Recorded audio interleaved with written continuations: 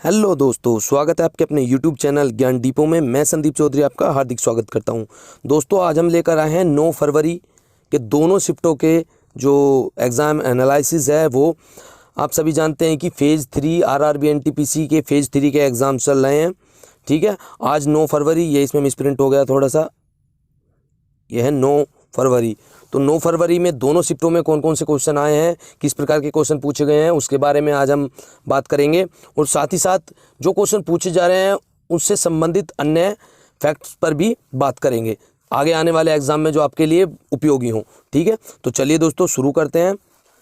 देखिए, क्वेश्चन पूछा गया था कि गौतम बुद्ध का जन्म कहाँ हुआ है। तो गौतम बुद्ध का जन्म जो हुआ है वो हुआ था लुम्बिनी में।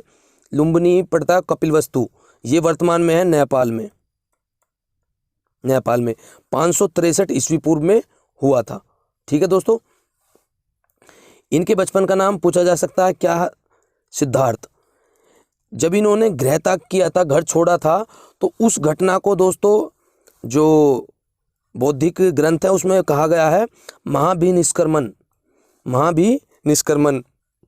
इन्हें ज्ञान प्राप्त हुआ था और इन्होंने ज्ञान प्राप्ति के बाद जो प्रथम उपदेश दिया है वो दिया था सारनाथ में। इन्होंने अपने उपदेश पाली भाषा में दिए हैं और सारनाथ में जो प्रथम उपदेश दिया गया था उसे कहा गया धर्म चक्र प्रवर्तन। चलिए आगे बढ़ते हैं। इन्होंने अपने सर्वाधिक उपदेश जो दिए हैं वो कौशल की राजधानी श्रावस्ती में दिए हैं। ठीक है, इनकी मृत्यु हुई थी 483 ईस्वी पूर्व में कुशीनगर में। इनकी मृत्यु को कहा गया महापरिनिर्वाण। ठीक है, महात्मा बुद्ध को कहा जाता है दोस्तों लाइट ऑफ एशिया, एशिया का महापुंज। ठीक है, चलिए आगे बढ़ते हैं। दूसरा क्वेश्चन पूछा गया था विश्व का सबसे बड़ा नदी द्वीप कौन सा है। तो ये है मांजुली, असम में पड़ता है ब्रह्मपुत्र नदी पर। ठीक है, चलिए आगे बढ़ते हैं। देखिए, तिब्बत में जो ब्रह्मपुत्र नदी है उसको बोला जाता है सांगपो। ये भी प्रीवियस डेज में पूछा गया है क्वेश्चन। इसका उद्गम होता तिब्बत में मानसरोवर के निकट चेमयुंगडुंग हिमनद से। ठीक है, और सहायक नदी इसकी सुबनसिरी, एक धनसिरी भी है, धनसिरी। ठीक है, तीस्ता, मानस, दिबांग, लोहित, ये सभी इसकी सहायक नदियां हैं। चलिए आगे बढ़ते हैं। सचिन तेंदुलकर की ये बायोग्राफी से एक बंदे ने मुझे ये कमेंट्स किया था, लेकिन इसमें मैं श्योर नहीं हूँ। प्लेइंग इट माई वे की इस पुस्तक का नाम पूछा गया है कि किसकी पुस्तक है। तो ये है सचिन तेंदुलकर की पुस्तक। ठीक है, मैंने जो इम्पोर्टेंट प्लेयर हैं जो खेलों से जुड़े हुए हैं, अन्य विभिन्न खेलों से, उनकी जो इम्पोर्टेंट बायोग्राफीज हैं या ऑटोबायोग्राफी हैं उसका वीडियो डाल दिया है। ठीक है, आप उसे देख सकते हैं आई बटन पर क्लिक करके। ठीक है, उसका मैं लिंक जो है डिस्क्रिप्शन में भी डाल दूंगा। तो देखिए आगे, राष्ट्रपति अपना जो त्याग पत्र है वो किसे सौंपते हैं। तो राष्ट्रपति अपना त्याग पत्र सौंपते हैं दोस्तों उपराष्ट्रपति को। ठीक है, देखिए एक क्वेश्चन और पहले एक बार पूछा गया है, अभी मुझे याद आ गया। अगर राष्ट्रपति भी ना हो और उपराष्ट्रपति भी ना हो तो राष्ट्रपति का पद कौन ग्रहण करेगा या उसका पदभार कौन संभालेगा। तो वो हमारे संभालेंगे CJI, chief justice of India. और ऐसा पदभार संभालने वाले M हिदायतुल्लाह जी पहले चीफ जस्टिस ऑफ इंडिया थे। राष्ट्रपति पर महाभियोग जो है लगाया जा सकता है। ठीक है, और महाभियोग की जो प्रक्रिया है वो अनुच्छेद 61 में वर्णित है। महाभियोग किसी भी सदन में स्टार्ट कर सकते हैं हम, या तो लोकसभा में या राज्यसभा में, लेकिन 14 दिन पूर्व, महाभियोग से 14 दिन पूर्व राष्ट्रपति को इसकी लिखित सूचना दी जानी चाहिए। राष्ट्रपति और उपराष्ट्रपति से संबंधित अगर निर्वाचन का कोई भी विवाद है तो केवल उसको उच्चतम न्यायालय में हल किया जा सकता है।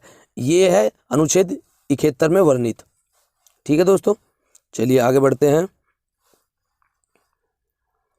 लोकसभा और राज्यसभा की संयुक्त बैठक जो की जाती है उसको बुलाता है राष्ट्रपति। राष्ट्रपति को पावर है अनुच्छेद 108 के तहत। ये भी क्वेश्चन पूछा गया, लेकिन याद रखिएगा इसकी अध्यक्षता जो करते हैं वो करते हैं लोकसभा अध्यक्ष। हमारे पहले लोकसभा अध्यक्ष थे गणेश वासुदेव मावलंकर जी, गणेश वासुदेव मावलंकर। वर्तमान में कौन है? ओम बिरला। ठीक है, देखिए क्वेश्चन पूछा गया था ब्रह्मोस से कि ब्रह्मोस जो है वो किन किन ऐसे पूछा गया था कि भारत की ब्रह्मपुत्र व रूस की मस्कोवा नदी के नाम पर जो एक मिसाइल है वो कौन सी है। तो भारत की जो ब्रह्मपुत्र नदी है, ब्रह्मपुत्र, और रूस की जो मस्कोवा नदी है, उसके उन दोनों के नाम को मिलाकर के इस मिसाइल का नामकरण किया गया ब्रह्मोस का। ये एक सुपरसोनिक क्रूज मिसाइल है। ठीक है, आपको कमेंट्स में बताना है कि अवॉक्स क्या है, अवॉक्स क्या है। ठीक है, कमेंट्स करके बताइए और नेक्स्ट वीडियो में मैं बताऊंगा। अच्छा, एक कन्फ्यूजन और दोस्तों को रहता है कि सुपरसोनिक, एक तो होता है क्रूज मिसाइल, ठीक है, कि क्रूज मिसाइल क्या है, ये क्रूज मिसाइल क्या है, इसके बारे में लोगों को थोड़ा सा डाउट रहता है। तो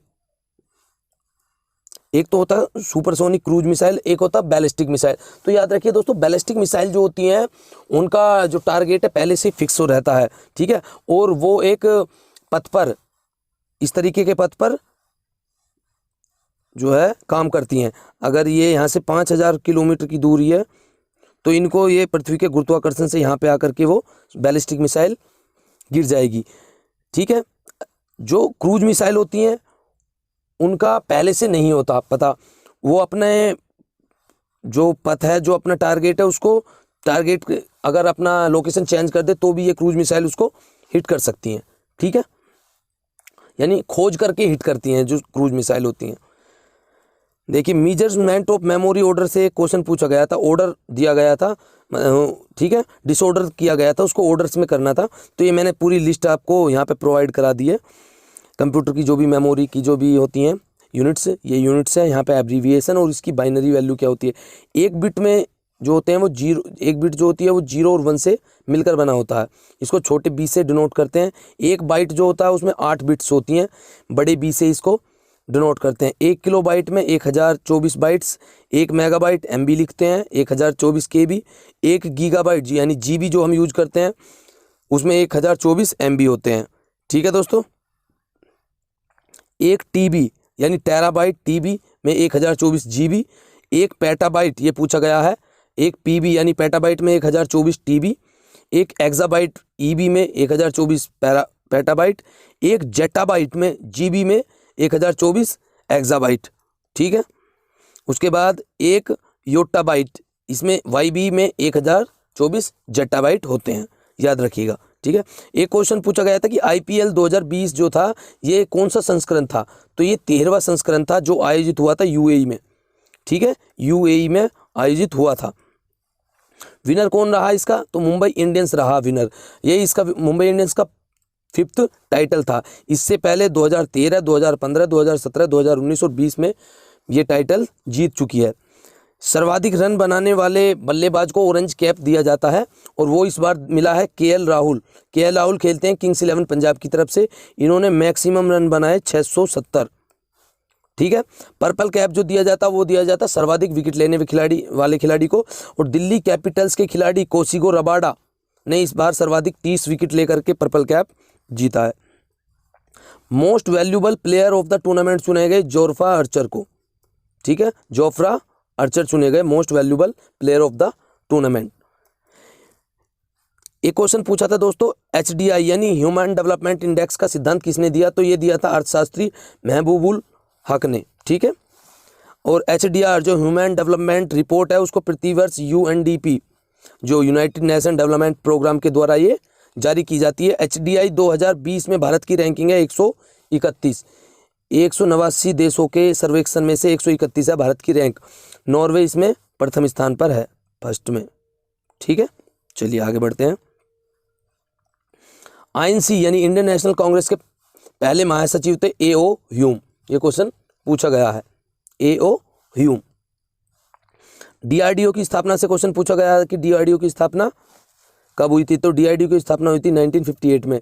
defence research and development organisation, ये एक ऑर्गेनाइजेशन है, ठीक है, जो डिफेंस मिनिस्ट्री के अंडर काम करती है। वर्तमान में हमारे डिफेंस मिनिस्टर कौन है, श्री राजनाथ सिंह जी। ठीक है, DRDO के चेयरमैन कौन है, तो doctor G Satish Reddy DRDO के वर्तमान में है चेयरमैन। ठीक है दोस्तों, चलिए आगे बढ़ते हैं। एक क्वेश्चन पूछा गया था कि अरब सागर की रानी किसे बोला जाता है, तो ये बोला जाता है कोची को। कोची को बोला जाता है अरब सागर की रानी। विक्रमशिला विश्वविद्यालय की स्थापना से क्वेश्चन पूछा गया है। विक्रमशिला विश्वविद्यालय की स्थापना ये पाल वंश के शासक धर्मपाल के, जो पाल वंश के शासक धर्मपाल है उन्होंने की थी ठीक है। विक्रमशिला वर्तमान में पड़ता भागलपुर डिस्ट्रिक्ट बिहार में। इसको ध्वस्त किया था 1193 में मोहम्मद बख्तियार खिलजी ने, ठीक है। चलिए, एक क्वेश्चन पूछा गया था एलिफेंटा की गुफाओं से संबंधित कि एलिफेंटा की जो गुफाएं हैं वो किसको समर्पित हैं, तो भगवान शिव को, हिंदू गॉड डैश भगवान गॉड शिवा को समर्पित है। ये मुंबई में है, महाराष्ट्र में, ठीक है। इनका जो निर्माण है वो राष्ट्रकूट शासकों द्वारा कराया गया था। ये एक वर्ल्ड हेरिटेज साइट है, यूनेस्को की वर्ल्ड हेरिटेज साइट। 1987 में इनको वर्ल्ड हेरिटेज साइट का दर्जा दिया गया था। चलिए, पीडीएफ की फुल फॉर्म पूछी गई दोस्तों। पीडीएफ देखिए, आज के एग्जाम में 2-3 फुल फॉर्म पूछी गई हैं। पीडीएफ की फुल फॉर्म पूछी गई, तो पीडीएफ की फुल फॉर्म है portable document format. World bank की स्थापना से क्वेश्चन पूछा गया है, ठीक है। वर्ल्ड बैंक की स्थापना से क्वेश्चन पूछा गया है। तो वर्ल्ड बैंक की स्थापना हुई थी जुलाई 1944 में। जुलाई 1944 में वर्ल्ड बैंक की स्थापना हुई थी, ठीक है। इसका हेडक्वार्टर है वाशिंगटन डीसी, यूएसए में पड़ता है। वर्तमान में जो इसके प्रेसिडेंट है वो हैं डेविड मालपास, और एमडी मैनेजिंग डायरेक्टर जो है वो अंशुल कांत हैं, ठीक है। देखिए, वर्ल्ड बैंक जो है वो 5 संगठन का ग्रुप है, ठीक है। इसमें से 2 इंपॉर्टेंट है आपके लिए, IBRD यानी international bank for reconstruction and development, और एक है IDA इंटरनेशनल डेवलपमेंट एसोसिएशन, ठीक है दोस्तों।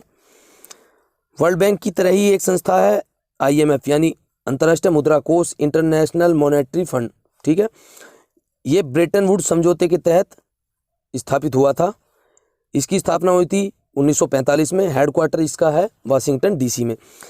वर्तमान में मैनेजिंग डायरेक्टर जो है वो क्रिस्टलिना जॉर्जीवा हैं, ठीक है, बुल्गारिया से हैं। और चीफ इकोनॉमिस्ट हैं गीता गोपीनाथ। ये भारतीय हैं और केरल की चीफ एडवाइजर भी रह चुकी हैं, ठीक है। एक और क्वेश्चन प्रीवियस ईयर में पूछा जा चुका है, आर्थिक सहयोग और विकास संगठन के हेडक्वार्टर से संबंधित। तो organisation for economic corporation development जो है, इसकी स्थापना हुई थी 1961 में, और उसका हेडक्वार्टर है पेरिस में दोस्तों, याद रखिएगा, OECD, ठीक है। एक क्वेश्चन पूछा गया है UN में स्थायी व अस्थायी सदस्यों से, ठीक है। देखिए, UN को तो आपको अच्छे से याद कर लेना है, ठीक है। UN से जरूर क्वेश्चन पूछे जा रहे हैं, कहीं ना कहीं इसकी जो ग्रुप्स हैं उनसे पूछे जा रहे हैं, ठीक है। या जो इसके अंडर इंटरनेशनल कोर्ट आता है उससे पूछे जा रहे हैं, महासचिव से पूछे जा रहे हैं, लैंग्वेज से पूछे जा रहे हैं, हेडक्वार्टर से पूछे जा रहे हैं। तो UN में स्थायी व अस्थायी सदस्य क्वेश्चन पूछा गया आज। देखिए, UN में जो है एक सिक्योरिटी काउंसिल होती है, उसके 5 सदस्य, उसमें 15 सदस्य होते हैं टोटल, जिसमें 5 स्थायी हैं और 10 अस्थायी होते हैं, जिनका कार्यकाल होता है 2 वर्ष के लिए। स्थायी जो हैं वो कौन कौन से हैं? अमेरिका, रूस, ब्रिटेन, फ्रांस और चीन। देखिए, संयुक्त राष्ट्र यानी यूनाइटेड नेशन की बात कर लेते हैं। इसकी स्थापना हुई 24 अक्टूबर 1945 को। 24 अक्टूबर को प्रत्येक वर्ष संयुक्त राष्ट्र दिवस मनाया जाता है। इसका हेडक्वार्टर है न्यूयॉर्क, USA में। वर्तमान में सदस्य हैं इसके 193, और 193वां सदस्य बना था दक्षिणी सूडान, ये भी याद रखिएगा। बात करते हैं महासचिव की, तो वर्तमान में जो इसके महासचिव हैं वो हैं एंटोनियो गुटेरेस, पुर्तगाली हैं, जनवरी 2017 से इस पद पर तैनात है। जो पहले इसके महासचिव थे वे थे ट्रिगवेली, ठीक है। इन्होंने 1946 से 52 तक कार्यकाल संभाला और उसके बाद इस्तीफा दे दिया था। ये नॉर्वे के थे, ठीक है। तो इससे पहले ट्रिगवेली से पहले थे बान की मून, दक्षिण कोरिया के, जो जनवरी 2007 से दिसंबर 2017 तक पद पर बने रहे, ठीक है। एक और इम्पोर्टेंट महासचिव है कोफी अन्नान, इनसे भी क्वेश्चन पूछा गया है। देखिए, ये घाना के थे और 1997 से 2006 तक इस पद पर बने रहे। इनसे क्वेश्चन क्या पूछा गया है? ठीक है, कोफी अन्नान जो UN के महासचिव थे और UN दोनों को 2001 में, ठीक है, नोबल पीस प्राइज से सम्मानित किया गया था। नोबल पीस प्राइज से सम्मानित किया गया था। देखिए, इसकी एक संस्था है सिक्योरिटी काउंसिल यानी सुरक्षा परिषद, UN में होता है। उसमें टोटल होते हैं 15 सदस्य, ठीक है, 5 परमानेंट और 10 नॉन परमानेंट। जो परमानेंट मेंबर है US, चाइना, रसिया, फ्रांस और ब्रिटेन है। जो नॉन परमानेंट हैं उनका कार्यकाल होता है 2 वर्ष के लिए चुने जाते हैं वो। भारत जो है इसी साल 2021-22 के लिए भी चुना गया है, ठीक है। अच्छा, अब तक भारत 8 बार नॉन परमानेंट मेंबर चुना जा चुका है। सबसे पहले 1950-51 में चुना गया था, उसके बाद ये दिए गए हैं, आप देख लीजिएगा, ठीक है। देखिए, जो परमानेंट और नॉन परमानेंट में क्या अंतर है? परमानेंट मेंबर को एक स्पेशल पावर प्राप्त है, वो है वीटो। ठीक है, वीटो पावर प्राप्त है। और अब तक सर्वाधिक वीटो का यूज किया है वो किया है रसिया ने। ठीक है, रसिया ने। एक क्वेश्चन पूछा गया था, सबसे बड़ा जो लिखित संविधान है वो किस देश का है? तो भारत का है। प्रकाश की चाल पूछी गई थी। प्रकाश की चाल होती है सर्वाधिक निर्वात में। प्रकाश की चाल जो होती है वो अपवर्तनांक पर निर्भर करती है दोस्तों। प्रकाश की सर्वाधिक चाल निर्वात में होती है 3 × 10⁸ मीटर प्रति सेकंड, और इसको सबसे पहले रोमर ने देखा था। ठीक है, रोमर ने इसको निर्धारित किया था, मतलब देखा था। प्रकाश का अपवर्तन से क्वेश्चन पूछा गया है। देखिए ये कंफर्म नहीं है कि किस वैज्ञानिक का नाम दिया है। मैंने भारतीय परिप्रेक्ष्य में इसको लिया है। भारतीय परिप्रेक्ष्य में जो है सीवी रमन, ठीक है, उन्होंने प्रकाश के प्रकीर्णन यानी स्कैटरिंग ऑफ लाइट की खोज की थी। ठीक है, 1928 को खोज की थी ये इन्होंने, 28 फरवरी को। ठीक है, खोज की थी स्कैटरिंग ऑफ लाइट, जिसके लिए इन्हें 1930 में नोबेल पीस प्राइज मिला था फिजिक्स में।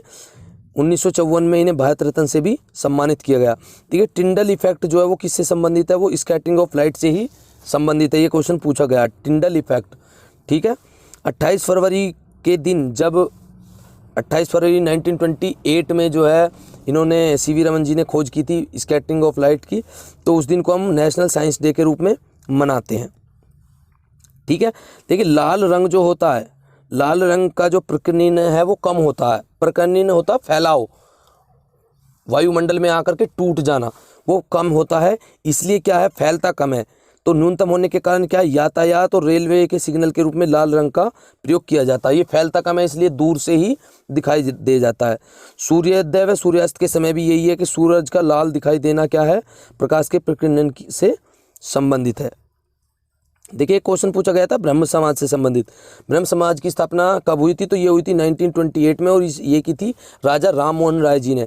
राजा राम मोहन राय को राजा की उपाधि दी थी अकबर द्वितीय ने। देखिए कुछ अन्य भी देख लेते हैं। राजा राम मोहन राय जी ने आत्मीय सभा की स्थापना की 1815 में, और वेदांत कॉलेज की स्थापना की 1825 में। आर्य समाज की स्थापना पूछी गई है, तो ये भी देख लीजिए 1875 में आर्य समाज की स्थापना हुई है। स्वामी दयानंद सरस्वती ने की थी आर्य समाज की स्थापना। दयानंद सरस्वती जी ने एक पुस्तक भी लिखी है, सत्यार्थ प्रकाश। और दयानंद सरस्वती जी का एक इम्पोर्टेंट स्लोगन भी है, वेदों की ओर लौटो। चलिए आगे बढ़ते हैं। एक क्वेश्चन पूछा गया था कि असहयोग आंदोलन ये कब आरंभ हुआ था? तो ये हुआ था 1920 में, 1 अगस्त 1920 को आरंभ हुआ था। समाप्त भी पूछा जा सकता है, तो इसकी समाप्ति की घोषणा की थी महात्मा गांधी जी द्वारा 12 फरवरी 1922 को। अच्छा, समाप्त क्यों हुआ था ये भी पूछा जा सकता है। देखिए गांधी जी जो हैं वो जो अहिंसा के पुजारी थे। ठीक है, जब ये आंदोलन शुरू हुआ तो उसके बाद 5 फरवरी 1922 को उत्तर प्रदेश के चौरी चौरा, जो कहाँ पड़ता है, गोरखपुर में, वहाँ पे क्या है, आंदोलनकारियों ने, एक भीड़ ने जो पुलिस थाने पर हमला कर दिया और वहाँ पे आग लगा दी, जिसमें क्या है 22 पुलिसकर्मी जलकर मर गए। इससे आहत होकर क्या किया, गांधी जी ने असहयोग आंदोलन को वापस ले लिया। ठीक है, चलिए देखिए एक क्वेश्चन पूछा गया 1983 का विश्व कप हुआ था, उसमें भारतीय टीम के कप्तान कौन थे? तो उसमें जो फाइनल हुआ था उसमें भारतीय टीम के कप्तान थे कपिल देव। अच्छा, ये भी पूछा जा सकता है कि किसके साथ हुआ था? ये हुआ था किसके साथ? वेस्ट इंडीज के साथ। वेस्ट इंडीज के कप्तान कौन थे? Clive Lloyd. पहले वर्ल्ड कप को बोला जाता था प्रूडेंशियल कप। ठीक है, फाइनल मैच हुआ था ये जून 25, 1983 में। कहाँ पे हुआ था? लॉर्ड्स के मैदान में, जिसे बोला जाता है क्रिकेट का मक्का। याद रखिएगा, क्या बोला जाता है इसको? क्रिकेट का मक्का बोला जाता है लॉर्ड्स को।